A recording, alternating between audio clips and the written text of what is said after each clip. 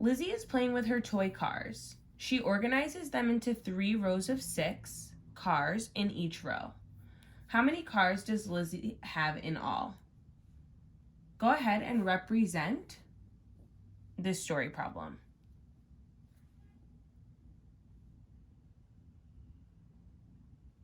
How would someone represent this story problem if they represented using a picture? Say you're thinking out loud.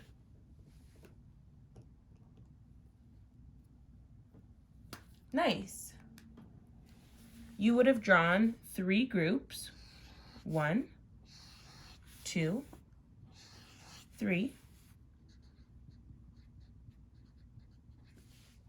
And you would have put 6 in each. 1, 2, 3, 4, 5, 6. 1, 2, 3, 4, 5, 6. 1, 2, 3, 4, 5, 6. Great. That's one way. What's another way you could have represented this story problem?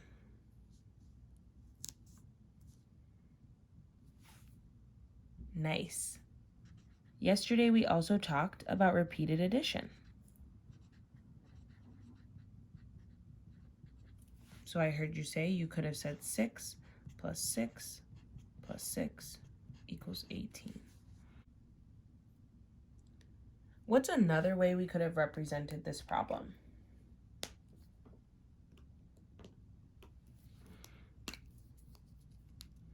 Nice.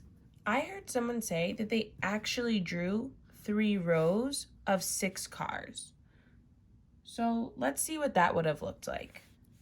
1, 2, 3, 3 rows with 1, 2, 3, 4, 5, 6. That's 1 row.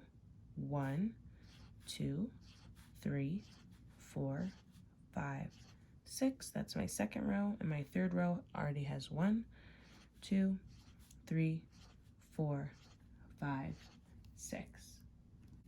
This is called an array. What's another way you could have represented this story problem to solve? Think about a multiplication equation. Say you're thinking out loud. Yeah, you could have represented using a multiplication equation.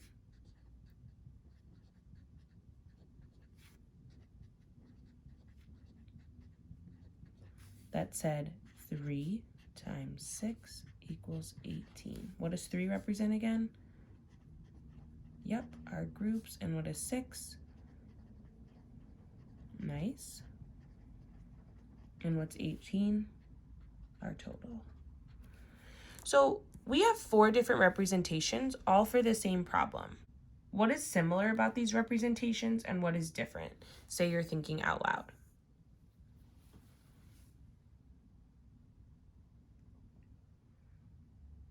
Nice. I heard you say that all of these representations show 3 groups of 6 and 18 total items. The picture shows 3 equal groups in circle groups. The array shows 3 equal groups in rows and columns. The multiplication equation uses the factors to show groups and the amount in each.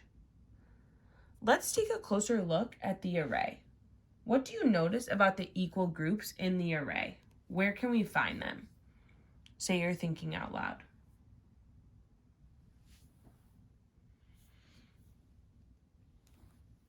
Nice. I heard you say you can look at the rows or the columns.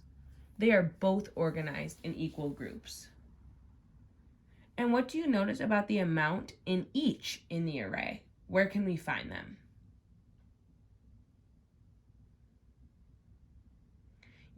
Yes, I heard you say you can count the total number of pictures and objects in each row in order to find the amount in each. So, we just figured out that an array is a set of objects or items arranged in equal rows and equal columns. So we know that this array shows us 3 rows of 6.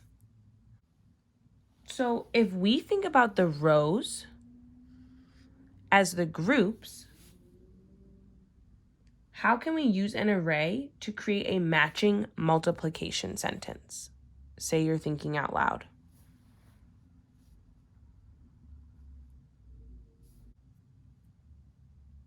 Nice. I heard you say that the number of rows will be a factor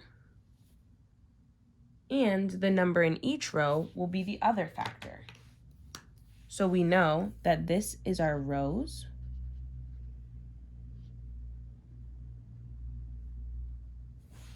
and we know that the amount in each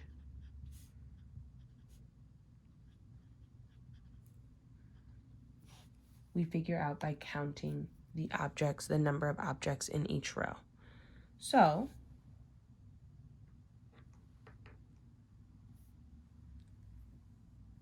we'll write the rows as the first factor. So how many rows do we have? Count them with me. 1, 2, 3.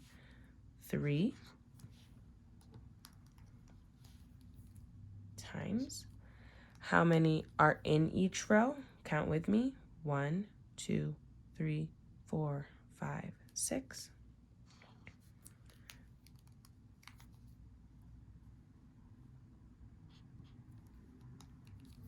And then what was our total? Say it out loud. Nice. So 3 is our rows.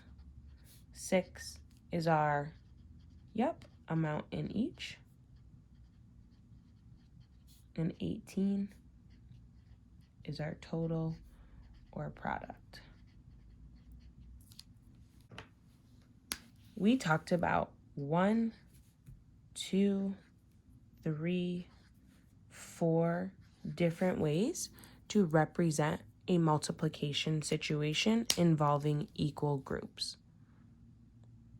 Today we're going to focus on using our new strategy, which we called an array.